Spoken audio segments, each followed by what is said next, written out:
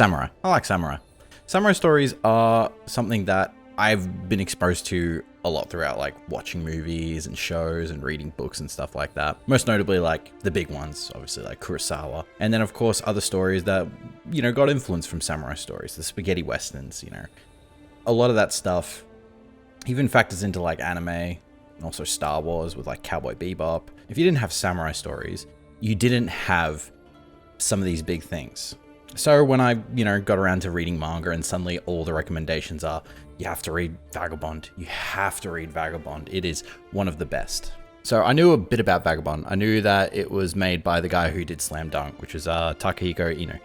And all I knew was that he went from making one of the best sports manga ever to making one of the best samurai manga ever. So going in, I knew it was one of the big ones, and of course people recommended it to me constantly in like the comments and stuff, which thank you, by the way, I appreciate it. Having read Berserk, having read Vinland Saga, it was one of those things where, okay, this is the next big one.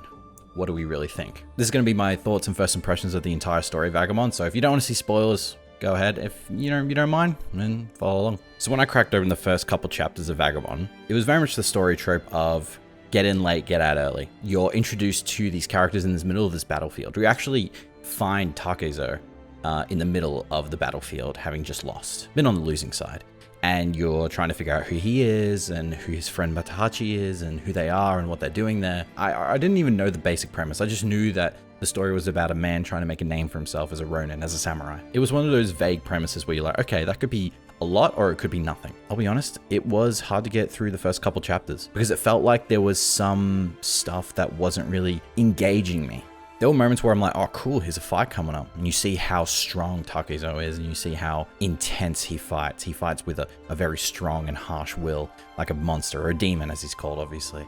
And you know what? In the first couple chapters, I gotta say, it was something that was a bit of a slow burn. It very much was so. Even after getting through the beginning arc and losing Matahachi as he ventures off with Oko, and then having Takezo come home and find an unwelcome and meeting Otsu and then meeting Takuan the priest, it became this thing where it's like, okay, some of these characters I think will have some familiarity. And it also was this thing where I wasn't sure if these things would pay off later. And I feel like I really got into the groove of what it is Vagabond was about when Takezo finally is called Miyamoto Musashi by Takuan. That's when you feel like, okay, here's the story where it's really happening. I also don't know anything about the figure Musashi or anything like that. I felt like the story really picked up after that point when he has his new name and he goes to Kyoto and he goes to find the Yoshioka clan, challenge the strongest person in their school. That to me spoke very much this, I guess, early kind of shonen-esque vibe of someone who wants to be the strongest and is doing the most stupidest thing to achieve that. Honestly, going in, I thought, you know what, Takezo probably has a chance, or Miyamoto probably has a chance to beat these guys, and he holds his own. But then when you see the strongest of them slashes his forehead without even him noticing, that was something that, okay, he's not as good as he thinks he is. And that's where I think the real conflict is coming into, of how does he struggle with the idea that he can't be the strongest and how does he become stronger. Honestly, there are some times when in the writing it doesn't really fully explain how Miyamoto becomes stronger or is different from any other samurai until when he meets Unshin. And Unshin is, I think, one of the most coolest fights because the first fight is a fight, and then the second one is not really a fight with swords, it's will. It's characters who are challenging each other with their power, their energy, their image. And that's something that I think is really, really engaging and much more true about samurai tropes of having this aura that shows pure strength. And of course, showing in that moment that, even though he won, it does not mean he's stronger. It does not mean he's any less a beast than what people thought he was. And I think the way Musashi learns how to become strong and what it means to become strong throughout the story is actually where things got really interesting. That's where my true curiosity and who he is lies, because every single time he visits a new place and meets a different aspect of a strong person who he knows he wants to fight, he is met with a different definition of strength. And while he doesn't fight every single strong person he comes across, he's given these roadblocks of, if you want to be strong, you're going to have to go across this roadblock, but this roadblock means X. For example, when Takuan says that he has feelings for Otsu, He can't become strong unless he gets over that. He can't see the forest until he stops looking at just the leaves. And to me, that was something that was like really cool, because now that's a conflict piece, at least internal. There is more internal than external conflict, I would say, in most for Musashi. Every other character I feel has primarily external conflicts. With Musashi, he is, especially after the Yagyu arc, it does feel though he doesn't fully understand what it is to be invincible. And when it's told to him that it's just a word, I think that kind of ruptures his mental, because his father was someone who was always told that he was invincible under heaven and that anyone who is stronger than him shouldn't be. There are other arcs that go through, but the theme of understanding what true strength is and everyone having a different definition, talking about how the sword is beautiful, but it's not. It's beautiful because it can kill, and that is what it's used for, and that its primary use, and that without a human, it's not beautiful because then it can't do what it's meant to. All these different huge definitions of what it is to be strong, what it is to be different, what it is to be samurai, what it is to be honorable. All in all, just true strength is the real question, right? And I think it really does get way more interesting when it reaches back to the Yoshioka, when he returns 1 year after the burning down of the school. I think that's where Musashi really actually has grown as a character, because you've been through some other experiences with him, and now having returned, decimates the Yoshioka clan in just doing a duel that he knows he can win, but then having to fight the strongest and winning, which was unexpected. And I wasn't expecting that. And in terms of the action in this, the action to me isn't the most primary point. I don't feel like it's the most interesting part of Vagabond. It's cool. Like, the action moments are awesome. They're pretty good in the start because they give you an idea of Musashi's strength, but ultimately, a lot of the fights, like a lot of samurai ones in like film, especially like Kurosawa films, they end in like a second, especially when you know who's stronger. So when it comes to Musashi returning and then fighting all the Yoshioka in duels specifically, they don't last very long. When he fights the strongest of the Yoshioka clan, Seijuro, that one doesn't last very long at all. And you'd think it would because he was the strongest of that family. It becomes this thing where you realize, yeah, the conflict and the battles and the action sequences, they're not going to be that flashy or last very long. When I say flashy, I mean like they're not going to really give you a big shonen show. When I say that they're not flashy, just in that sense, the artwork is great when it comes to action, but we'll get that later. You see that action takes on a different meaning as the story progresses, not just with Musashi, but other action scenes with like Kojiro. And so when it comes time to Musashi fighting the 60 men of the Yoshioka clan, that to me is the true moment where he really does change, because he took on 60 men and no one else can do that. And having done that, he is then called the strongest in the land, invincible under the heavens. And that's the title he's always wanted, and he smiles from that. But then I think he realizes that he's now in the position his father was in, and from that, he can no longer have a life that he could have had with Otsu. He can no longer have a life that Takuan says that he could build, because now he has a reputation of being Musashi Miyamoto. He can no longer go back to being that guy, of being nobody who could just live a normal life. It's impossible with that name, and so he'll be forever hunted by people looking to get a reputation. And I think he starts to realize this, especially with having the damaged leg and having visually, you start to see in that kind of arc this ego that comes from every single character, which takes the form of like this water type soul. I think it represents mostly the ego, and from what I can see, of someone who has the power to kill and has an ego that they can really grasp and use and make them feel like they're alive again. Vagabond was a great read, but I really feel like where it shined was after the 60-man battle. Because not only is that a battle, it's a slaughter. It's actually an amazingly well-drawn, well-written, well-paneled, well-thought-out mini-arc or moment within the arc. Just because it gives you this feeling that now that Musashi has achieved the goal he wanted of making a name for himself and being invincible, doesn't change anything. And I think he realizes that he's cut his leg, and so he can no longer be as quick as he used to be.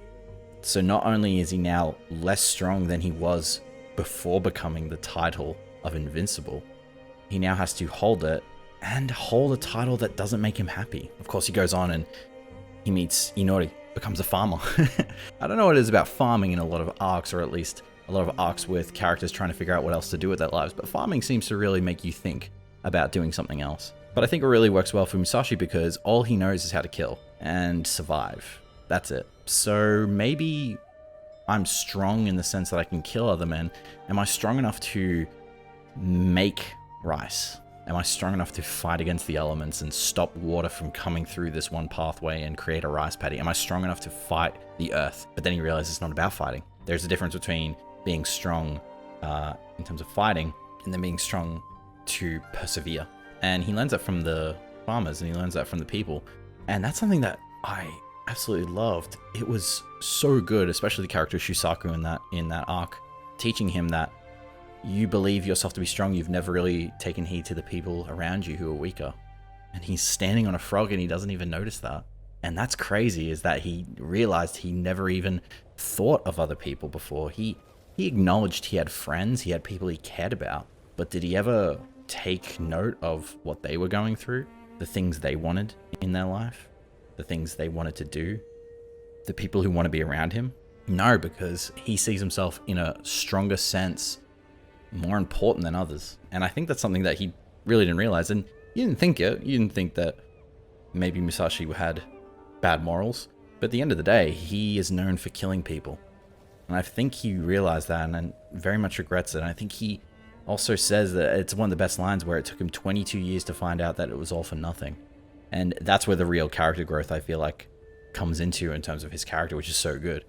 When you get into other characters who are around him, that's where I think the story really does show that it's more than just a character study of one guy, but of maybe people as a whole.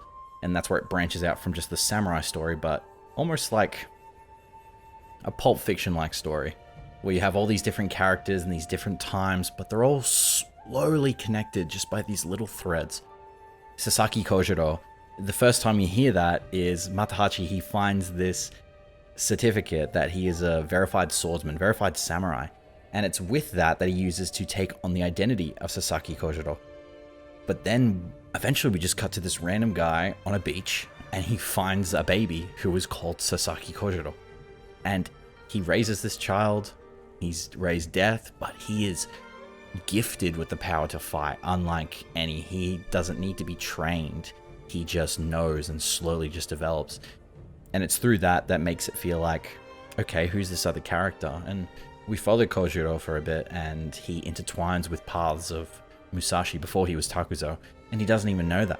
He has a hand in things that later lead to Musashi finding other characters who have run in with Kojiro. And that's where you feel like these two characters are truly connected through a way that you can't describe, but they also have effects on each other's story. If you had to make it a two-man story, you would definitely say that Musashi and Kojiro are the two main characters of Vagabond. More so than Matahachi is, or Otsu, or even Takuan. Like, these are all characters who I think feed into these two characters' lives because they make decisions for them and they also highlight things about them. Kojiro as a character is really cool in the sense that there are characters who grow and there are characters who change, and then there are characters who are constant and the world changes around them. Kojiro feels like he obviously has grown. You know, he's not the same as he was when he was a child, but he is also someone who doesn't feel like the world needs to change him. And that's something I think a lot of characters admire, even Musashi. I think Musashi starts to really understand that he could be a better swordsman just from experiencing time with Kojiro. And he smiles when he sees him. That's something that he doesn't have for a lot of characters that he even spent hundreds of hours with. So Kojiro is an interesting character and a swordsman and concept of what it is that he is and how he can learn. I think maybe in the later chapters it is interesting to see maybe he can learn to communicate, but of course we don't know. It's never seen a story with a deaf samurai. That's unheard of in my book, which is really cool. Going with other characters, Otsu is also a very well-written character. She's someone who never had a family, never had a background, someone who was given a chance to have home, was betrayed by it, but also feels like maybe it's not something she wanted in the first place. You know, she was meant to marry Matahachi and then he ran away with Oko. But Otsu feels like she is someone who also wants to get something that is hers, which is Musashi. She wants to be with Musashi and she wants to live with him, but not while he loves the sword. And something that she doesn't hate him for, but it's something that she can't understand, is wanting to fight and kill people. And it's funny because it feels like Musashi is now learning that in terms of where the current chapters are. But in my prediction, having spent so much time with the Yagyu, it does feel like maybe Otsu has moved on with someone else. It wouldn't surprise me if that were the case, because Otsu, Otsu is a woman who is free to choose whatever she wants to do. And it does feel like maybe she's not worth, I think maybe her time isn't worth waiting around for Musashi to try and figure out something that was there all along. It does feel like some things take a couple times to hit into his head to get into the fact of change, because maybe it's a different writing choice, but there are times when it feels like Musashi goes through the same revelation constantly. And that to me can feel a bit repetitive for some readers. But I guess if you can find the definition of what it is that they're actually talking about, you may find it to be huge revelations as opposed to just these ones that seem to be the same one just again and again and again. Especially because when Musashi comes back to Kyoto to fight Yoshioka, it doesn't feel like he's changed that much, even though we feel like he has, but he represents himself to be the exact same kid that was there last time, but still has changed. And I guess it's one of those things that you can't really perceive with people until blades are drawn. At least with the samurai, they don't feel like they know another person until they've crossed swords, which is kind of a cool thing to highlight. Matachi at first, he's a bit of an annoying character. He doesn't seem to have much growth. He makes choices that don't seem to have any value, but I think that's kind of the point. And when you get to the final, I guess, huge character development of him realizing, you know what, I'm weak. And he says it out loud to himself, and that's where I feel like his real growth goes to, because now he's severed all ties with his previous life. He has no mother, he has no uncle, he has no family left. And it shows that now that he has the chance to start over in any kind of way, even change his name, he doesn't. He keeps his name and chooses to still give Kojiro the scroll that he found of his certificate of swordsmanship, which was meant to be given to him by his childhood friend. Now it does feel like maybe Matachi can fall back into that trap of getting led down a different path, but we see into the future of how he's someone to tell the story of Musashi, and I think maybe he found his way. The question is how, and the question is, what is it?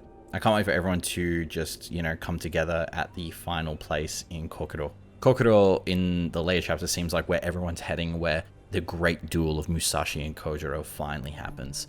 Whether or not it's going to be the ending of Vagabond, we don't know, because as of now, it's still been on hiatus. We don't know if that's what's going to happen, which is, kind of shit. I knew that going in, that it was on a huge hiatus, and I don't know what it is. It seems to be this thing of how artists take their time, and illustrators and writers take their time to want to perfect their artwork, which you can admire, but at the same time, Vagabond has got its point across. I think I just want to see Musashi show other people that he's changed, particularly Otsu, Jataro, and Takuan, and show these people that maybe being a samurai isn't the main thing in his life that he can do, especially now learning he can farm, and it's something he can do, and it's great. There are a lot of cool themes in terms of Vagabond, Vagabond meaning that, a roaming character, a roaming individual. It does feel like all characters are like that, because none of them have a home to go back to. And maybe they would if they just all banded together and they could be a family, right? The good old days. But it's something that maybe is relevant to each character, The main characters don't have any family really left. Musashi, before his Takuzo, he had a father who was an abusive father, an arrogant father, and his mother never wanted anything to do with him. He has nothing to really go back to. He's even forsaken his original name as to create a new lineage of who he is and whatever it is that he'll create in the future. And then Matachi loses his family throughout the story. He abandons his family for the sake of women, lust, drinking, the life of Kyoto, the fun, adventurous life that he thought he wanted. Otsu doesn't have anyone. She was an orphan, taken in and then discarded just for wanting to care for people that she finds connections with. Takuan, he's a priest. He doesn't have anyone to go back to. He just wanders the land hoping that the ones he encounters find their way. And that's kind of like, you start to realize everyone's kind of a vagabond. No one has a home to go back to. No one has a place to sleep that is their home. Every character feels really alone. There are so many characters who say they feel empty, even though they may seem different. Like, Matachi feels like he's so different from Musashi, but I think if you look at their same journeys and kind of their panels, you can see even though one's strong and one's not, they're both equally empty. They're both equally alone. And that's just a case of characters making choices that, they don't really think about what the other person wants. And I think that's where maybe the communication isn't found. In terms of where maybe Vagabond, I guess, maybe lacks, it does, again, I'm going back to like how some of the writing works when they talk about true strength. It does feel like some points are reiterated on so much that it does feel like, there is so much here that could be divulged. All of it could mean something, all of it could mean nothing. So that's a subjective way in which some people may take some storytelling and some writing. I do think that there are way too many characters introduced. I thought that a lot at the beginning because it felt like I'm never going to see these characters again. I did, which was great because I do love those stories where it's like, oh my god, I met you like 2 years ago. You look completely different. That's a great way to filter in story and then fill in the gaps maybe years later, you know, jumping between points of time where this happened then and this happened now, and this is how this character came to be who they are now. But I feel like there are a lot of characters that are introduced that don't really have much sense, you know. Some maybe come back to later, we were like, oh yeah, I remember that guy, that was the one who there, oh yeah. And then some, you know, just have no whatsoever any kind of meaning. Maybe they'll come in again later because it does seem like Inu knows how to do that. So I could be eating my words 10 years from now, who knows. We haven't talked about the artwork though. The artwork is, you know, it's just great. It's just great. I haven't seen Inu's other work. There are some panels that are so detailed, and I gotta say, it's probably the most realistic looking kind of manga I've read. You know, in terms of all the other ones, they have a very, you know, a cartoonistic style to them. Vagabond feels like the one that wants to make the most realistic one. Characters look very striking, and they have small details to show the difference between them. Scars remain. Obviously, like many other great manga artists, you can see how better they get as they go on.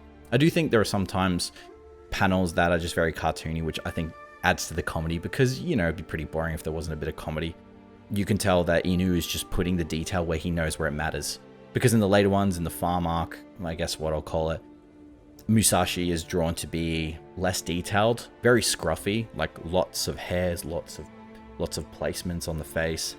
Doesn't feel as detailed, but I think it still works. But then there's panels where Shusaku dies, and that's where they're just like so well detailed. And even when Musashi like falls down and he says he's lost or he is nothing on like a bed of leaves, suddenly it's just so well drawn. Specifically panels that are then just scribbles of just placement, all that, just having all these elements meshed together that looks like a mess, but also looks good. And then detailed panels that are like, whoa, okay. There is a lot in this panel of just leaves, trees, eyes, shadows, everything. I would say he probably puts his time in panels that he knows matter more compared to others, because some panels they're like, oh man, the detail's everywhere in this panel, but actually in the end doesn't matter. You want to put it in ones that maybe really add much to the scene. All in all, like Vagabond's a great read. Like if you love samurai stories, and even if you love stories of characters just going on a journey trying to find out, can they be strong? Can they be invincible? Can they find out what it is about them that's different? I will say that Vagabond in the start, in my opinion, has a very slow burn, even more than like Berserk or Vinland Saga. Like most of the setup is not just about learning who Musashi is and who he used to be. It's also just getting all these characters slated and cemented. That's the thing that maybe takes some time. And if you get to the Kojiro arc where you learn about Kojiro's origins, that can be a bit of a burn because that's kind of the beginning of the manga again, but for a completely different character. But if you enjoy that, and if you enjoy seeing characters grow, even if you don't know who they are and then see it all tied together at the end, and you feel like it's worth it, then definitely a manga you should read. I think, all in all, if they do continue to make more issues one day, definitely going to keep reading it. If I were to put it in between, like, you know, my other favorites, of course, like Berserk and Vinland Saga, maybe, it's hard because I feel like I like Vinland Saga more than Vagabond, just in terms of the characters that I meet and the kind of themes that are portrayed, because it feels like characters are continuously growing a lot in that story, and it is very introspective, and maybe Vagabond might be a bit too philosophical sometimes, that it might actually make me feel like, you know what, you could have summed this up maybe a bit shorter than just going on for like 3 pages. Those two specifically, Vinland and Vagabond, are very similar in terms of characters trying to figure out who they are and what kind of person they want to be at a certain point. They just meet at different times. Thorfinn at one point starts to realize the mistakes he's made at one point very early in the manga, and then of course Musashi feels like maybe I don't have to be this kind of person at a different point. And what's funny is that they both realize that kind of way of living on a farm, just at different points in their life and at different variations of the story, which is kind of funny. So yeah, I think if you like Vinland Saga, you probably like Vagabond. Like, it's great. It has comedy, it's got action, and the action is very different from what you would normally think. It's less about slash and more about, okay, who's stronger, who has the upper hand, who has the mental and the power to actually continue, and who's willing to die. That was one thing that I actually really liked. Okay, I'm not only putting my life on the line to win, I'm now realizing that's what I got into. So much you have characters who think they can win, but they don't ever gravitate the situation that if I lose, I'm going to die. That never happens. And I felt like that really happened in this, where characters will legitimately start shitting themselves when they realize, oh, I might actually die in this scene. I might actually die if I'm not careful. And that to me is great. Scars remain in this story, which is really, really, really well done. That's what I thought of Vagabond. I think it was definitely like worth the read if you got some time. It's a pretty long read, and of course you know that it's currently not publishing right now on a huge hiatus that's been around for a long time, long before I even knew about it. So if you're willing to get into that and just are keen for a ride and keen for some great samurai feels, then Vagabond's the go-to for sure. It feels so realistic in how it does it. But yeah, I guess, you know, that's all. Anyway, thank you all for watching. I appreciate it. If you like that, please subscribe. And we'll be getting some more manga later. I have a couple that I want to get through in the next coming weeks. Might have to do some other kind of videos that are centered around manga, not specifically reviewing or talking about certain series, but, you know, some different ones that, man, I'm keen to read, but also could take some time. Again, also, please comment what you want me to read, or maybe even comment on some stuff that, you know what, this isn't talked about when reading manga. Maybe you want to see something that's based around manga that isn't specifically a series, but more specifically, you know, talking about two different characters, or doing a tier list. I've thought about doing a tier list for some characters, so let me know if you want to see that, because I would love to do that. Anyway, guys, thanks again for watching. Appreciate it. See you next one.